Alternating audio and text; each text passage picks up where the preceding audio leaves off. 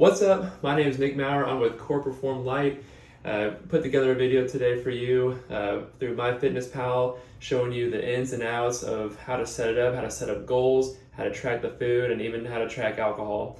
Go ahead and give it a watch and let me know if you have any questions. Thanks. All right, so now let's go ahead and jump in to see how MyFitnessPal is laid out, how to enter in your goals based on what you and your coach talked about, and how to go about putting meals in, how to track it, what all that looks like, and everything. So as you can see, this is the dashboard. So up at the top, I have already my information in there. So my goal right there says under the calories remaining is 3,400. I've had no food put in there yet today. It does calculate exercise. And exercise, it's going to try to subtract calories. Don't really pay attention to the exercise number. Just pay attention to the food number you have in there based on what your total goal is. And then the rest of this dashboard's some blogs, some TikTok videos on how to do certain things as well. But for today, we're going to go from here. We're going to click on the More button, and this takes you to your dashboard. You got streaks at the top, progress, so you'll put in your weight anytime you do a weekly weigh-in or a daily weigh-in. You put your weigh-in there, and it'll tell you how much you've gained or lost based on your goals. So in order to set your goals, we're going to start off by going here and hitting the Goals button. From here, you'll go ahead and put your starting weight. Last time I weighed in was a little over a month ago. I was 194. Current weight, my goal weight, and then weekly goal goes between gaining or losing a pound a week, all that kind of stuff. You put in your activity level. So on the free version, this is what your screen will look like. So you will have the lock buttons at the calorie goals by meal and the spot where it says show carbs, protein, and fat by meal. And that's okay. Those features are really good for someone who's really trying to dive into what foods contain the most carbs, what foods have the most fats in them, and that sort of thing. But for right now, just basic starting points, the free version is more than enough. So what we're going to do is we're going to click on that calorie, carbs, protein, and fat goals.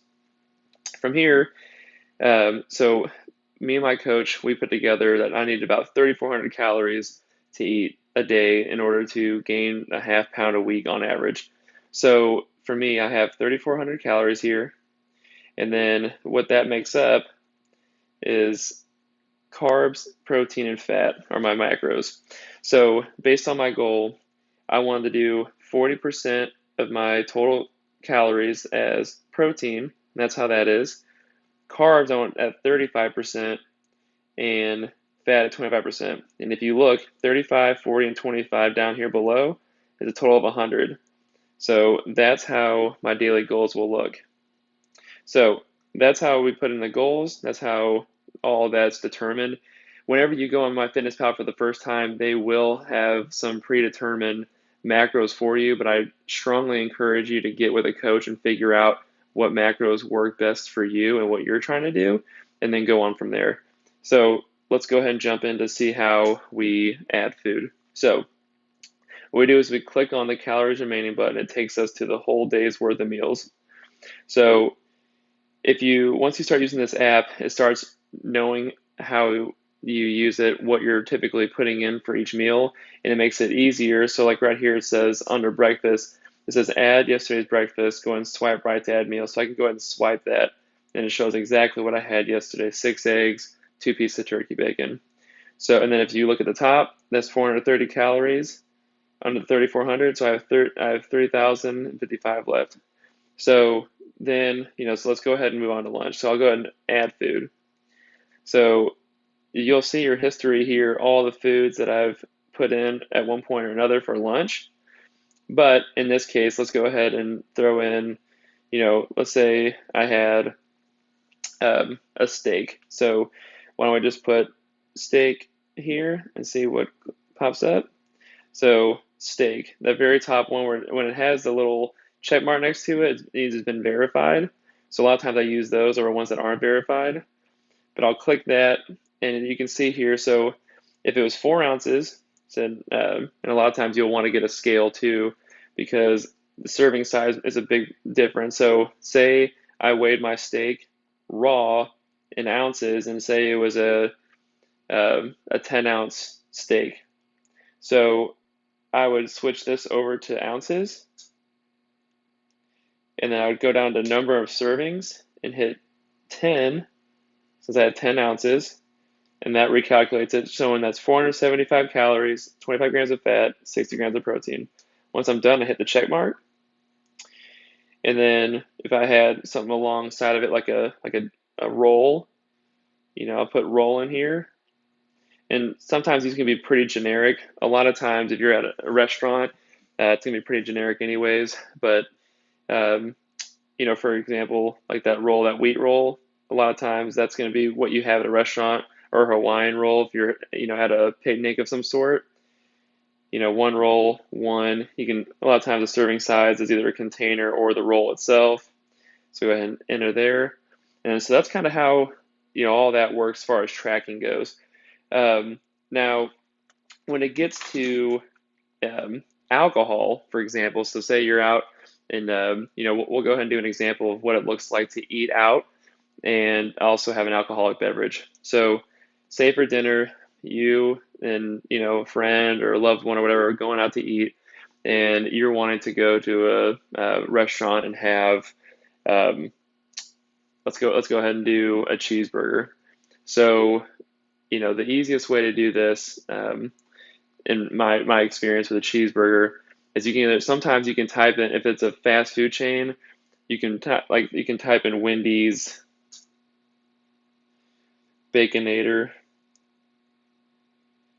and you'll see that pops up and all their information's already in there. But if it's not, a lot of times what I do is I do my best guesstimate per ingredient. So if I'm having a burger at a place, a lot of times they normally use 70-30 beef, 70% protein, 30% fat. So I'll do ground beef 70, and so 70% lean right there, beef, and it's going to be about 4 to 8 ounces. So I can do 1 ounce here, make this an 8, perfect. And then I ate it on a bun, so I'll put in buns, and then so there's a generic hamburger bun, so I go ahead and click that. And then from there, I'm able to, say there was, bacon on there. So I can put bacon, generic 2 pieces, click that. And then so that is my burger. And let's go ahead and say, I had some steak fries too. So I'll put steak fries. Boom, there you go. You can do them by the pieces on the serving size. 1 pieces, if you really wanted to count them, it's, that's kind of up to you. Another key takeaway point on tracking the food on like a meal out, a lot of time is not going to be perfect, but don't stress about it. Just get as close as you possibly can, and continue to go on forward. If you overrate or underrate, it's not going to make a huge difference long term, so don't stress about it. All right, so as far as alcohol goes, so for example, let's say we wanted to drink wine. So we typed in, let's say red wine. So as you can see here, this has it automatically as carbs. So the way most alcohol is tracked is it's 7 calories per gram of pure alcohol. So a lot of times if you're having something like wine or beer, there's not a lot of pure alcohol in there.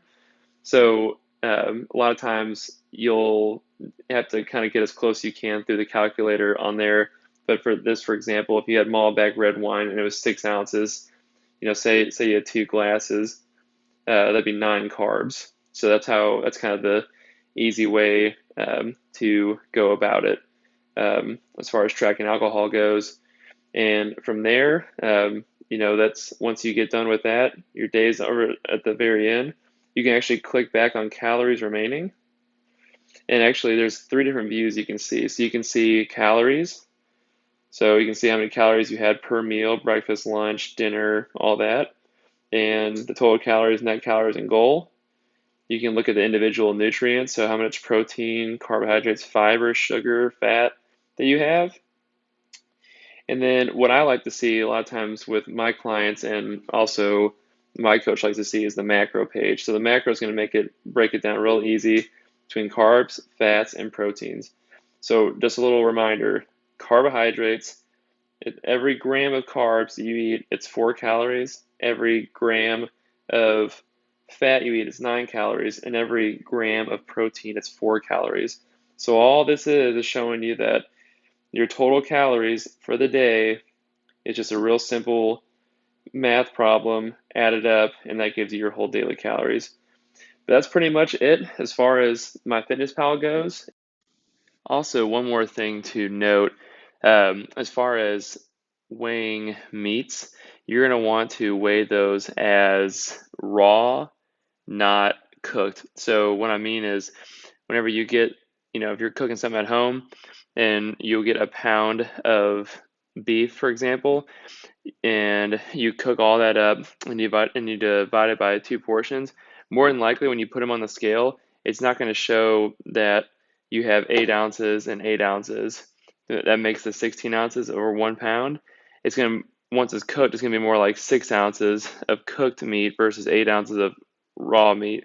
But all the macros in these macro calculators all based off of raw weight. So if you can, make sure you take what you're making overall, and once you divide it equally. So if you're cooking a pound of meat and you've divided it by two portions, that means whenever you're tracking your macros, you'll want to write it in as 8 ounces of meat with your meal, not the 6 ounces that it ends up being cooked. Additional questions, please feel free to reach out to me and my team here in Core Perform, and we'll be more than happy to help you out. Thanks for listening, and have a great rest of your day.